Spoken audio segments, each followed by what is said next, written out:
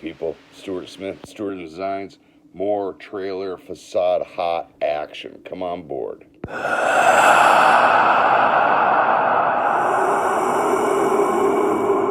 people, Stuart Smith with Stuart Designs. We're here for another facade. Got the first one done yesterday, getting this one done today. So enjoy the transitions.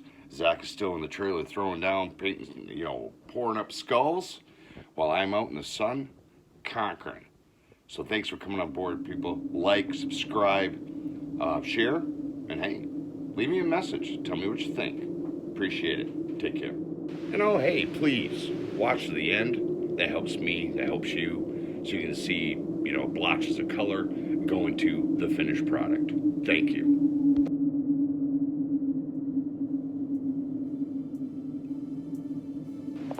Hey people, Stuart Smith. Tom Rose asked me a question, and he asked what type of paint I'm using. I did put it in the description, but I wanted to tell you the process.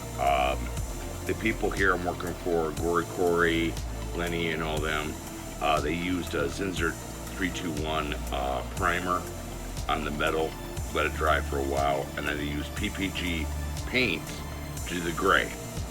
And they also did black on the other ones for me. So FYI, but what it did though is they washed them down really good with soap and water, and then sprayed them down and let them sit for a couple of days before they did that. So that's how we're able to paint on these and have the paint last for years. So Tom, there's the answer to your question. And yes people, I am shooting at 70 PSI. If you're shooting at 35 PSI, you are gonna die young. You need to get the job done. If you wanna do what I do for a living, get it done and learn how to use a higher pressure, not only to push more thicker paints, like white and black are difficult for people because they have the highest pigments, but you want to do what I do, you got to learn how to use the airbrush and the spray gun at a higher thing, so you can mix a little bit of water, so you're adding in more paint, less water, and a more permanent application.